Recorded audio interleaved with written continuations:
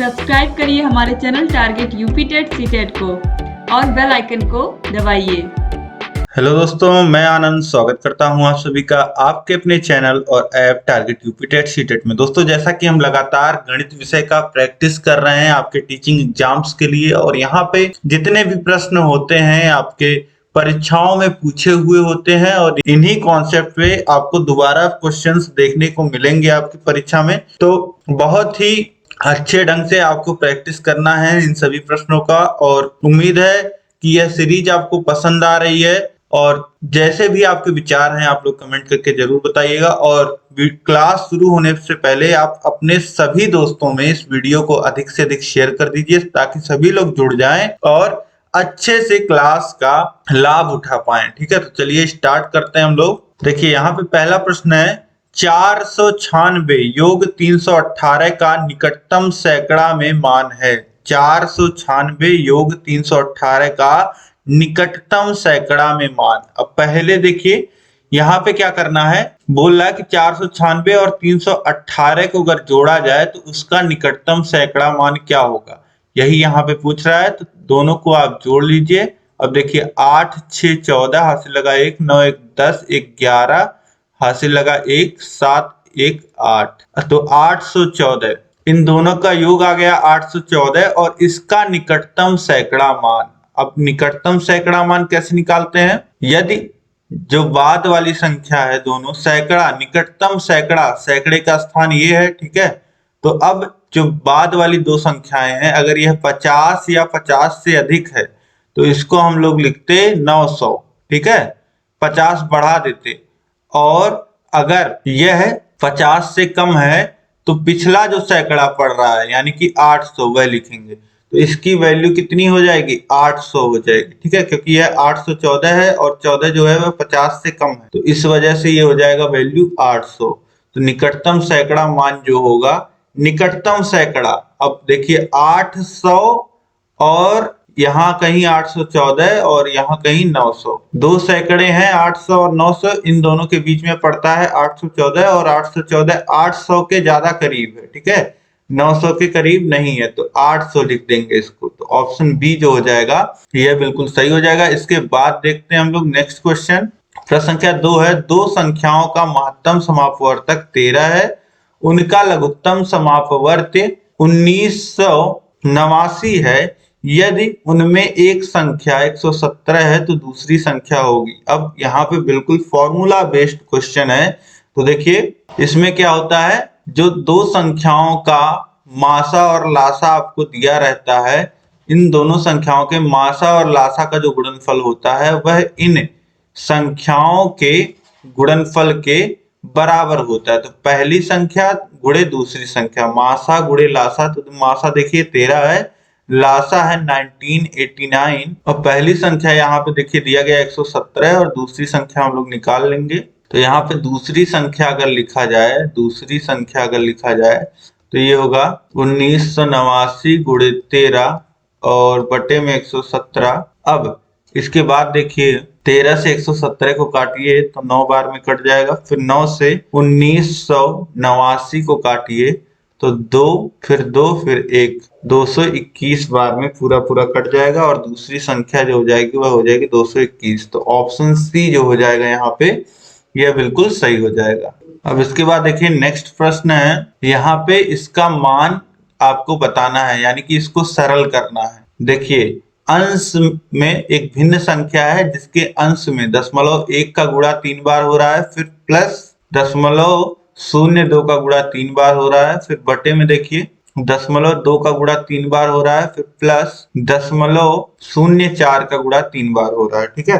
तो अब देखिए अंश में जो चीज है, अंश में जो है 0.1 का गुणा 3 बार, फिर धन 0.02 का गुणा 3 बार, 0.02 का गुणा 3 बार। अब यहाँ पे नीचे देखिए, नीचे आप कुछ कर सकते हैं, नीचे अगर आप चाहें तो 0.2 को 0.1 के रूप में लिख सकते हैं, 0.1 गुणे 2 लिख सकते हैं। फिर इसी तरीके से इसको, यहाँ प्लस नहीं आएगा, यहाँ पे देखिए अब इसमें से 2 बाहर निकाल सकते हैं आप, ठीक है।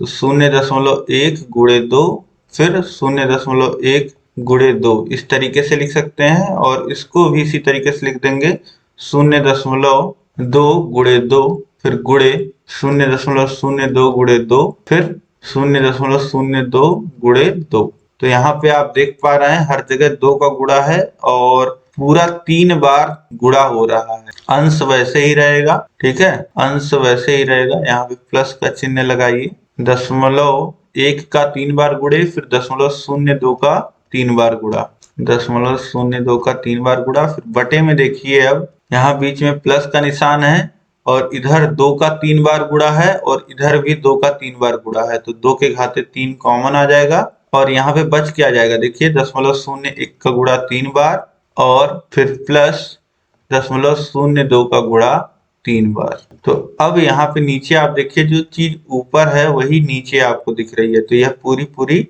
कैंसल आउट हो जाएगा, ऊपर जो चीजें हैं और नीचे जो चीजें हैं। तो बचेगा ऊपर 1 और नीचे बचेगा 2 के घाते 3 यानी कि 8। अब 8 से भाग देंगे 1 में तो ये हो जाएगा, दशमलव लगाएंगे 10 हो जाएगा, फिर एक बार जाएगा 2 बचेगा, फिर 2 20 हो जाएगा, 20 में 2 बार जाएगा 16 और बच जाएगा 4, फिर 4 में कितनी बार जाएगा 5 बार 40। तो 0.125 इस तरीके से उत्तर आपको मिल जाएगा।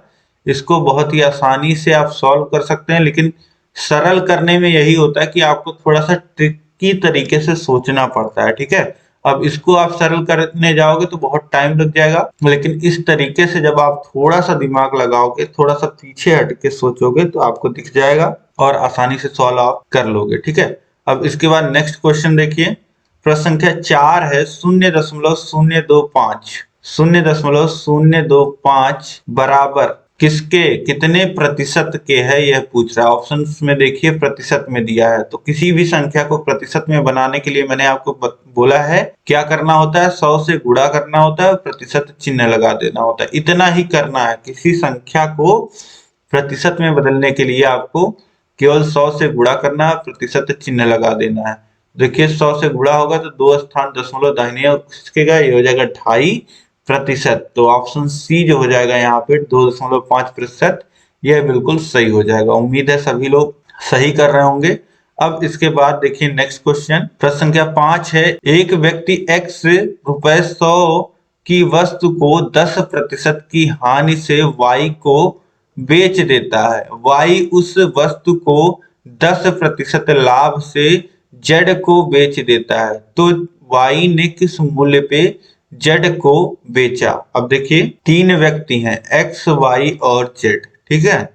अब x के पास कोई वस्तु थी 100 रुपए की, ठीक है, जिसको उसने y को बेच दिया 10% हानि पे। 10% हानि पे जब y को बेचा तो कितने रुपए में बेचा होगा, 100 रुपए पे 10% हानि हुई है, यानी कि कितना हानि हुआ होगा, कितने रुपए का हानि हुआ होगा। प्रतिशत को हटा देंगे तो प्रतिशत की जगह आ जाएगा 1/100, 100 से 100 कट जाएगा और 10 रुपए की हानि हो जाएगी। तो यहाँ पे 10 रुपए की हानि हो गई, यानी कि 90 रुपए में y को वह सामान मिल गया, ठीक। अब y ने 10% लाभ से, y ने 10% लाभ से, देखिए 10% लाभ पे z को बेच दिया, तो 10% लाभ उसने कमाया है इस पे, तो 90 रुपए पे क्रय मूल्य y के लिए क्या होगा, 90 रुपए का सामान उसको पड़ा y को, तो 10% लाभ कमाया है तो 90 का 10% 9 रुपए, यानी कि 99 रुपए में उसने z को वह सामान बेच दिया। यही आपसे पूछ रहा है किस मूल्य पर z को बेचा होगा, तो 99 रुपए। ऑप्शन बी जो हो जाएगा ये बिल्कुल सही हो जाएगा। अब इसके बाद नेक्स्ट प्रश्न देखिए, प्रश्न संख्या 6 है, यदि एक महाजन साधारण ब्याज 5% के दर से 1500 रुपए 4 वर्ष के लिए ब्याज में देता है, तो 4 वर्ष पश्चात उसने कितने प्रतिशत लाभ होगा। अब एक महाजन जो है वह 5% ब्याज की दर से 1500 रुपए 4 वर्ष के लिए ब्याज पे दे रहा है, ठीक है। 4 वर्ष पश्चात उसको कितना लाभ होगा, कितने प्रतिशत का लाभ होगा ये पूछ रहा है। तो जो उसको लाभ होगा वह जो ब्याज मिलेगा वही लाभ होगा, क्योंकि 1500 रुपए उसने 4 साल के लिए दे दिए हैं। 1500 रुपए 5% के दर पे उसने 4 साल के लिए दे दिए हैं, तो उसका जो इंटरेस्ट आएगा वही उसका लाभ होगा। और लाभ प्रतिशत में पूछ रहा है, तो जितना लाभ आएगा उसी को हम प्रतिशत में बना लेंगे, तो हमें लाभ प्रतिशत मिल जाएगा। तो सबसे पहले हम लोग निकाल लेते हैं साधारण ब्याज जो उसको मिलेगा। साधारण ब्याज का फॉर्मूला PRT/100। और अब इसे सॉल्व कर लीजिए। P कितना है, जो धन मिला था वो है, जो धन दिया गया था महाजन के द्वारा 1500। रेट कितना था 5% का, और समय कितना था 4 वर्ष का, और बटे में है 100 से काट दीजिए 2 शून्य।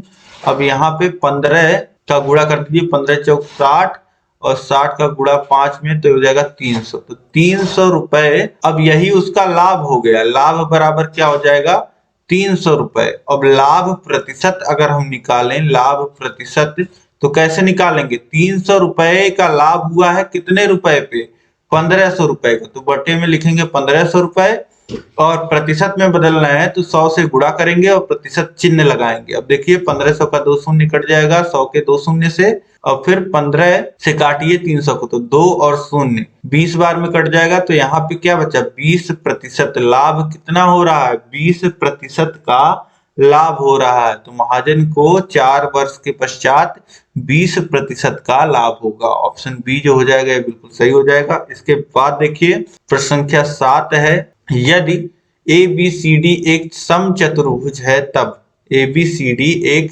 समचतुर्भुज है तब यहाँ पे कौन सा स्टेटमेंट सही है यह पूछा जा रहा है। अब देखिए यहाँ पे एक चतुर्भुज आपको दिख रहा है ABCD, यह समचतुर्भुज है। अब यहाँ पे देखिए आप ऑप्शंस को ध्यान में देखिए, तो AB square, 2AB square, 4AB square और 3AB स्क्वायर बराबर के एक तरफ AB स्क्वायर का आ रहा है हर जगह, ठीक है, और बाकी जगह A स्क्वायर और BD स्क्वायर आ रहा है। तो AB भुजा को हमको पकड़ के चलना है, तब हम इसका मान निकाल पाएंगे। तो AB भुजा को पकड़ के चलिए। अब इसके बाद देखिए, अब समचतुर्भुज में दोस्तों क्या होता है, समचतुर्भुज में जो चारों भुजाएं होती हैं बराबर होती हैं, और जो ये वाले कोण होते हैं ये 90 अंश के नहीं होते हैं, और जो विकर्ण होते हैं इसके यह 90 अंश पे काटते हैं। यानी कि ये जो कोण होगा ये 90 अंश का होगा, यह जो कोण होगा यह 90 अंश का होगा। विकर्ण जो है वह सारे 90 अंश बनाते हैं, 90 अंश पे एक दूसरे को काटते हैं, ठीक है। तो यहां से अब आप समझिए, आपको तो चाहिए AB भुजा और साथ ही में चाहिए AC और BD, ठीक है। AC और BD क्या है, विकर्ण है। तो यहाँ पे आप समझिए कि AB यहाँ पे त्रिभुज, आप इसको देखिए त्रिभुज AOB में ये जो पॉइंट है आपका, यह O है, बीच वाला बिंदु जहां पे विकर्ण एक दूसरे को काट रहे हैं, यह कौन सा बिंदु है, यह O बिंदु है, ठीक है। तो अब इसके बाद आप समझिए, अगर त्रिभुज AOB की अगर हम बात करें तो AB क्या है, AB विकर्ण है। जो समकोण के सामने की भुजा होती है वह विकर्ण होती है। तो AB का स्क्वायर हो जाएगा बाकी दोनों भुजाओं के स्क्वायर के बराबर, यानी कि OA का स्क्वायर प्लस OB का स्क्वायर, कर्ण का वर्ग बराबर, यहाँ पे हम पाइथागोरस प्रमेय लगा रहे हैं। पाइथागोरस प्रमेय क्या होता है, किसी भी समकोण त्रिभुज में जो कर्ण का वर्ग होता है वह बाकी दोनों भुजाओं के लंबाइयों के वर्ग के योग के बराबर होता है, ठीक है। तो यही हमने यहाँ पे लगाया है। अब देखिए AB का स्क्वायर, अब यहाँ पे OA क्या है, ये भुजा OA है, OA और OA जो बराबर होता है वह OC के बराबर होता है, क्योंकि यह जो विकर्ण होते हैं यह एक दूसरे को 90 अंश पे और बराबर काटते हैं, ठीक है। तो OA बराबर अगर हम लोग चाहें तो यहाँ पे देखिए AC के फॉर्म में आ रहा है, तो OA क्या है, AC का आधा है, यानी कि half of AC, half of AC का होल स्क्वायर लिख सकते हैं OA की जगह। इसी तरह OB किसका आधा है, BD का, तो हाफ ऑफ BD का स्क्वायर यहाँ पे लिख सकते हैं। तो अब इसके बाद देखिए AB का स्क्वायर बराबर हो जाएगा हाफ ऑफ AC का स्क्वायर, क्या होगा 1/4 AC square, 1/4 AC square plus यहाँ पे क्या हो जाएगा 1/4 BD स्क्वायर, ठीक। तो अब यहाँ पे देखिए 1/4 यहाँ भी है, 1/4 यहाँ भी है, कॉमन मिल जाएगा और इसका सीधा गुणा इधर हो जाएगा। तो 1/4, 4 हर में है वहां, यहाँ आएगा गुणे में हो जाएगा, वहां भाग में था, तो 4ab² बराबर होगा AC² प्लस BD²। तो 4ab यहाँ पे आपको देखिए मिल रहा है और बराबर होगा AC² प्लस BD²। तो ऑप्शन सी जो हो जाएगा यहाँ पे आप बिल्कुल देख पा रहे हैं सही है। ठीक है, तो इस तरीके से आसानी से आप इसको भी कर सकते थे। अब इसके बाद नेक्स्ट क्वेश्चन हम देखेंगे, प्रश्न संख्या 8 है, शुरू में तापमान 18 डिग्री सेल्सियस बढ़ता है फिर 23 डिग्री घटता है। यदि प्रारंभिक तापमान 27 डिग्री सेल्सियस हो तो अंतिम तापक्रम क्या होगा। प्रारंभिक तापमान बताया जा रहा है 27 डिग्री सेल्सियस है और उसके बाद जो तापमान है वह 18 डिग्री सेल्सियस जो है 18 डिग्री सेल्सियस वह बढ़ रहा है। 18 डिग्री सेल्सियस बढ़ रहा है। ठीक है, और इसके बाद क्या हो रहा है, इसके बाद फिर 23 डिग्री जो है वह घट रहा है। तो आपसे तापमान पूछा जा रहा है, अंतिम तापमान, यहाँ वाला तापमान आपसे पूछा जा रहा है। तो बहुत ही आसान है करने में, आप कर सकते हैं। आप लोग उत्तर कमेंट करिए, तब तक मैं आपको बता देता हूँ इसका सोल्यूशन। देखिए 18 जोड़ेंगे 47 में तो ये कितना हो जाएगा 45 डिग्री सेल्सियस, और 45 डिग्री सेल्सियस में से देखिए 23 डिग्री सेल्सियस जब घट जाएगा तो बचेगा कितना 22 डिग्री सेल्सियस। तो यहाँ पे ऑप्शन ए जो हो जाएगा 22 डिग्री सेल्सियस, यह बिल्कुल सही हो जाएगा। इसके बाद नेक्स्ट प्रश्न आप देखिए, प्रश्न संख्या 9 है, किसी आयत की लंबाई उसके चौड़ाई का 3 गुना है। इसकी चौड़ाई एक वर्ग की भुजा का आधा है जिसका परिमाप 72 सेमी है तब। अब यहाँ पे देखिए एक आयत की बात की जा रही है जिसका जो लंबाई है वह चौड़ाई का 3 गुना है, और आयत के चौड़ाई के बारे में बताया गया है कि एक वर्ग है जिसकी भुजा का आधा है और वह वर्ग का परिमाप कितना है 72 सेंटीमीटर है। ठीक है, तो यहाँ पे आपको बताना है ऑप्शंस में से कौन सा सही है। आयत और वर्ग दोनों का परिमाप बराबर है, आयत का परिमाप वर्ग के परिमाप से कम है, वर्ग और आयत दोनों के क्षेत्रफल बराबर हैं, आयत का क्षेत्रफल और वर्ग का क्षेत्रफल से अधिक है। अब यहाँ पे देखिए आपको जो आयत और वर्ग की यहाँ पे बात की जा रही है, आपको यहाँ पे आपको आयत और वर्ग का परिमाप निकालना पड़ेगा और दोनों का ही क्षेत्रफल निकालना पड़ेगा, तब आप यहाँ पे सही ऑप्शन चूज कर पाओगे। ठीक है, तो सबसे पहले हम लोग निकाल लेते हैं कि आयत का लंबाई चौड़ाई कितना है और आयत का जो परिमाप और क्षेत्रफल कितना है। साथ ही इसी तरीके से हम वर्ग की भुजा निकाल लेंगे, वर्ग का परिमाप हमको दिया गया है, वर्ग का क्षेत्रफल निकाल लेंगे, तो इससे पता चल जाएगा कि किसका परिमाप कम ज्यादा या बराबर है या क्षेत्रफल कम ज्यादा या बराबर है। तो इस तरीके से यहाँ पे देखिए सबसे पहले हम लोग मान लेते हैं, माना आयत की जो चौड़ाई है, आयत की जो चौड़ाई है वह x है, तो आयत की जो लंबाई हो जाएगी, आयत की जो लंबाई हो जाएगी वह चौड़ाई की 3 गुनी है, यानी कि 3 गुणे x हो जाएगा। अब इसके बाद देखिए जो वर्ग की भुजा है, वर्ग की भुजा अगर हम निकालें, वर्ग की भुजा तो वह कितनी हो जाएगी, वर्ग का परिमाप बटे 4। ठीक है, क्योंकि परिमाप होता है 4 गुणे भुजा, तो 72 बटे 4 ये आ जाएगा वर्ग का भुजा।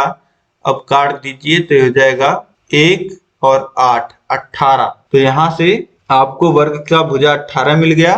तो यहाँ से आयत की चौड़ाई कितनी हो जाएगी, आयत की चौड़ाई यहाँ पे दी गई है, आयत की चौड़ाई वर्ग के भुजा का आधा है, तो 18 बटे 2 यानी कि 9, और आयत की आपको लंबाई कितनी मिल जाएगी, ये मिल जाएगी 9 गुणे 3 यानी कि 27। अब देखिए आयत का अगर हम परिमाप निकालें, आयत का परिमाप हो जाएगा 2 गुणे लंबाई धन चौड़ाई, तो 2 गुणे 9 धन 27, तो 2 गुणे 36 यानी कि कितना आ जाएगा 72 आ जाएगा। आयत का परिमाप कितना आ जाएगा 72, जो कि वर्ग के परिमाप के बराबर है 72 के। तो आयत और वर्ग दोनों के परिमाप बराबर हैं, पहला ही ऑप्शन ए सही हो जाएगा। ठीक है, और अगर हम लोग क्षेत्रफल की बात करें तो वह अलग अलग होंगे। ठीक है, तो बाकी कोई ऑप्शन नहीं सही होगा।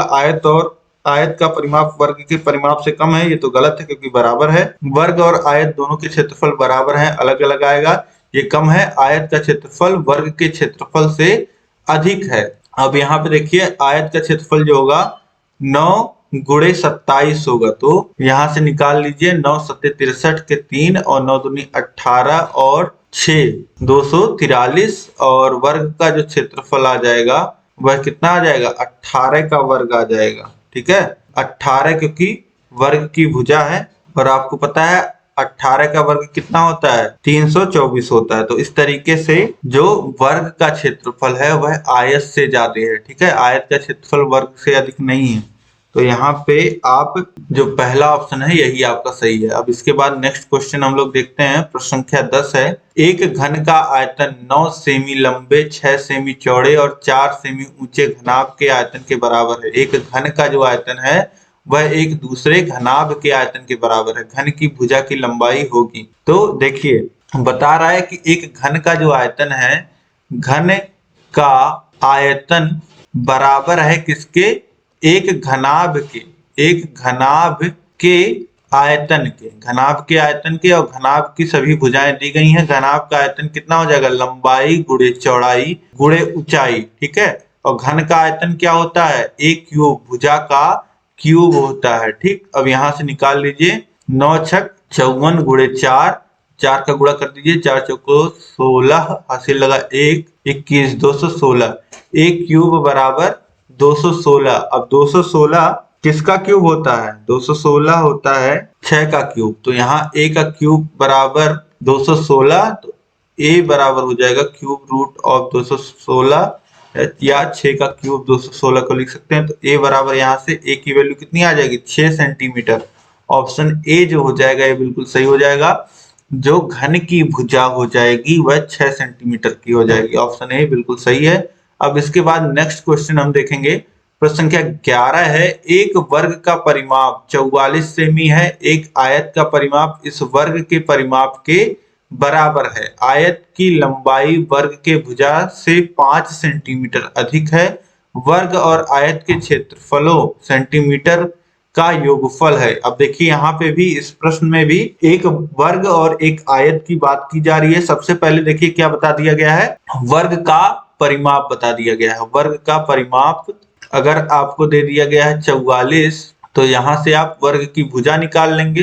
तो भुजा कितना हो जाएगा, 44/4 यानी कि 11 सेंटीमीटर वर्ग की भुजा हो जाएगी। वर्ग की भुजा हो गई 11 सेंटीमीटर। अब बोला जा रहा है कि एक आयत का परिमाप इस वर्ग के परिमाप के बराबर है।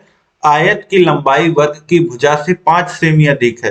तो यहाँ से आप आयत की लंबाई लिख सकते हैं, कितना हो जाएगा, वर्ग की भुजा से 5 अधिक यानी कि 11-5 बराबर हो जाएगा 16 सेंटीमीटर। ये आयत की लंबाई हो जाएगी, ठीक है। वर्ग और आयत के क्षेत्रफलों का योगफल आपको बताना है। दोनों का क्षेत्रफल जोड़ के आपको बताना है। अब क्षेत्रफल इसका तो हम निकाल लेंगे। जो वर्ग का क्षेत्रफल आ जाएगा वह भुजा का स्क्वायर आ जाएगा, यानी 11 गुणे 11 121, 11 का वर्ग।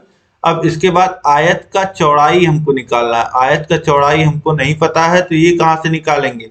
देखिए बताया गया कि आयत का जो परिमाप है वह बराबर है वर्ग के परिमाप के। तो आयत का परिमाप क्या होता है, 2 गुणे लंबाई धन चौड़ाई, 2 गुणे लंबाई धन चौड़ाई ब्रैकेट में। ये बराबर है किसके, आयत का परिमाप इस वर्ग के परिमाप के बराबर है। तो वर्ग का परिमाप आपको पहले दिया गया 44 और लंबाई आपको पता है, 2 से काट दीजिए 44 को, 22 हो जाएगा। और लंबाई आपको पता है कितना, 16 है। 16 धन चौड़ाई बराबर कितना आ रहा है, 22 के, यानी कि चौड़ाई बराबर क्या आ जाएगा, चौड़ाई बराबर आ जाएगा 22 - 16 यानी कि 6। चौड़ाई 6 आ गया। अब आप एरिया निकाल लीजिए। आयत का एरिया ऑफ रेक्टेंगल कितना हो जाएगा, 16 लंबाई गुणे चौड़ाई 6, 6 36, हाथ से लगा 3 और 6 और 9 96।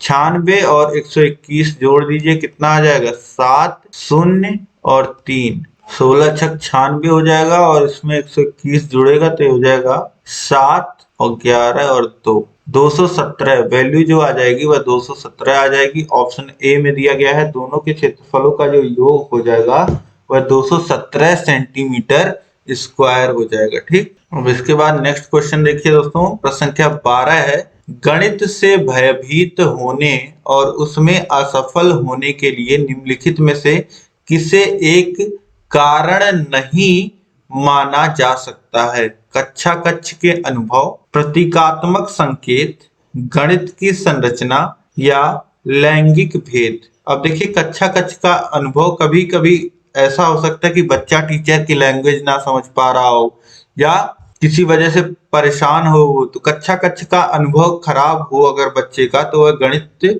से भयभीत हो सकता है, क्योंकि उसको कॉन्सेप्ट समझ में नहीं आएगा, फिर उसको डर लगेगा। इसके बाद देखिए प्रतीकात्मक संकेत। अब मान लेते हैं बच्चे को एक्स इंट्रोड्यूस कर दिया गया, थीटा इंट्रोड्यूस कर दिया गया, पाई इंट्रोड्यूस कर दिया गया, और वह इन संकेतों को समझ ही नहीं पा रहा है, ठीक है। तो ऐसे में क्या होगा, बच्चा समझ नहीं पाएगा। ठीक, इसके बाद देखिए गणित की संरचना। हो सकता है कि जिस तरीके से गणित पढ़ाया जाता है वह तरीका ही बच्चे को नहीं समझ में आ रहा हो, ठीक है, तो ये भी कारण हो सकता है। और यहाँ पे पूछा कौन सा कारण नहीं हो सकता है, तो यहाँ पे लैंगिक भेद यह कारण नहीं हो सकता। अब बच्चा लड़का है लड़की है इससे कोई फर्क नहीं पड़ता है गणित को समझने में, ठीक है। तो यहाँ पे ऑप्शन डी जो हो जाएगा यह सही हो जाएगा, लैंगिक भेद। अब इसके बाद नेक्स्ट क्वेश्चन हम देखते हैं, प्रश्न संख्या 13 है। अध्यापक ने कक्षा 4 के छात्रों को 36 टाइलें दी, उन्हें सभी संभव आयतों में व्यवस्थित करने के लिए कहा। इस क्रियाकलाप द्वारा निम्नलिखित में से कौन सी संकल्पना को संबोधित नहीं किया जा सकता है, नहीं किया जा सकता है। तो कक्षा 4 के बच्चों को 36 टाइलें दी गई हैं। इस तरीके से आपको पता है कि टाइलें इस तरीके से टाइल्स जो होती हैं वर्गाकार 1x1 के रूप में होती हैं, ठीक है। अब तो इनको व्यवस्थित करने के लिए कहा गया है और एक आयत के रूप में बनाना है, ठीक। तो आयत के रूप में बनाने के लिए सबसे पहले तो 36 के गुणनखंडों को लिखना होगा। तो 1 2 3 4 6 12 और 36 ये गुणनखंड हो जाएंगे, और इन गुणनखंडों का जो गुणनफल होना चाहिए वह 36 के बराबर आना चाहिए, ठीक है। तो इस तरीके से 1 गुणे 36 मिल जाएगा और 12 गुणे 3 मिल जाएगा। तो इस तरीके से ये आयत का फॉर्म लेंगे, ठीक है। 1 गुणे 36 12 गुणे 3। तो यहाँ से देखिए गुणनखंडों का जो है वह पता चल रहा है, और क्षेत्रफल का भी बच्चों को ज्ञान होगा और गुणनफल का भी ज्ञान होगा। लेकिन यहाँ पे पूछा जा रहा है कि निम्नलिखित में से कौन सी संकल्पना को संबोधित नहीं किया जा सकता। तो आयतन की जो संकल्पना है, आयतन देखिए होता है, आयतन होता है 3D जिसमें लंबाई चौड़ाई और ऊंचाई तीनों होता है, और यहाँ पे आयत की बात की जा रही है जो कि होता है 2D जिसमें लंबाई और चौड़ाई केवल होता है। तो इस प्रक्रिया को, आयतन को इससे नहीं समझाया जा सकता। तो ऑप्शन सी जो हो जाएगा यह सही हो जाएगा। अब इसके बाद देखिए प्रश्न संख्या 14 है। निम्नलिखित में से कौन सा संख्या की समझ का महत्वपूर्ण पहलू नहीं है। संख्या की समझ का महत्वपूर्ण पहलू नहीं है, यह आपको बताना है। अब संख्या की समझ अगर बच्चे में है तो पंक्तिबद्धता, मतलब कि 1 के बाद 2 आएगा, 2 के बाद 3 आएगा, फिर 4 आएगा। इस तरीके से बच्चे को इसका ज्ञान होगा पंक्तिबद्धता का, फिर वह गणना गिनती कर सकेगा कि हाँ ये 2 है, ये 3 है, ये 4 है। इसके बाद अंक लिखना, ये क्या है, ये भी संख्या के समझ का महत्वपूर्ण पहलू है।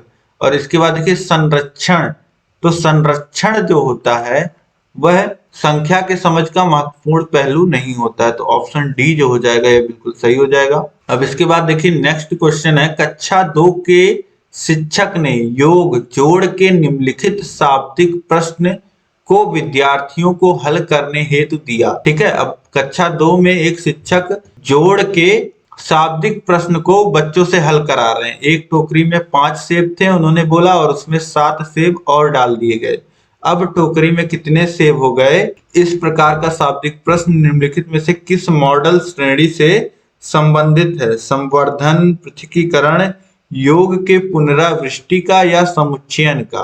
तो देखिए बोला जा रहा है कि एक टोकरी में 5 सेब जो है वह रखे हुए हैं, 5 सेब रखे हुए हैं, और इसमें 7 सेब और डाल दिए जा रहे हैं, ठीक है। तो 5 पहले से हैं और उसमें 7 और डाले जा रहे हैं, यानी कि इनका जो है मिलाया जा रहा है, इनका समुच्चय किया जा रहा है। तो इस तरीके की जो मॉडल है, जो श्रेणी है, यह संबंधित किससे है, समुच्चयन से है, ठीक है। तो इसे हम कहेंगे समुच्चयन। ऑप्शन डी जो हो जाएगा ये बिल्कुल सही हो जाएगा। अब इसके बाद देखिए प्रश्न संख्या 16 है। प्राथमिक स्तर पर शिक्षार्थियों के लिए व्यवहारिक उपकरणों का महत्व है, क्योंकि यह बहुत मदद करते हैं। प्राथमिक स्तर पे जो बच्चे होते हैं उनके लिए व्यवहारिक उपकरणों का महत्व होता है, क्योंकि यह बहुत मदद करते हैं किस चीज में, मानसिक और मौखिक परिकलन की गति बढ़ाने के लिए, परीक्षा में बेहतर प्रदर्शन के लिए, मूल गणितीय संकल्पनाओं को समझने के लिए, शब्दों में व्यक्त समस्याओं को हल करने के लिए। तो ये जो व्यवहारिक उपकरण होते हैं, ठीक है, यह जो गणित की मूल जो संकल्पनाएं हैं उनको समझने में बहुत हेल्प करते हैं। ठीक है, अब जैसे आप गेंदों को ले लीजिए, ढेर सारे आपके पास गेंदें रखी हैं, ठीक है, तो इनसे आप जोड़ घटाना जो है वह बच्चों को बहुत ही व्यवहारिक ढंग से समझा सकते हैं। तो ये जो उपकरण हो गए यह मूल गणितीय संकल्पनाओं को, जोड़ घटाना गुणा भाग को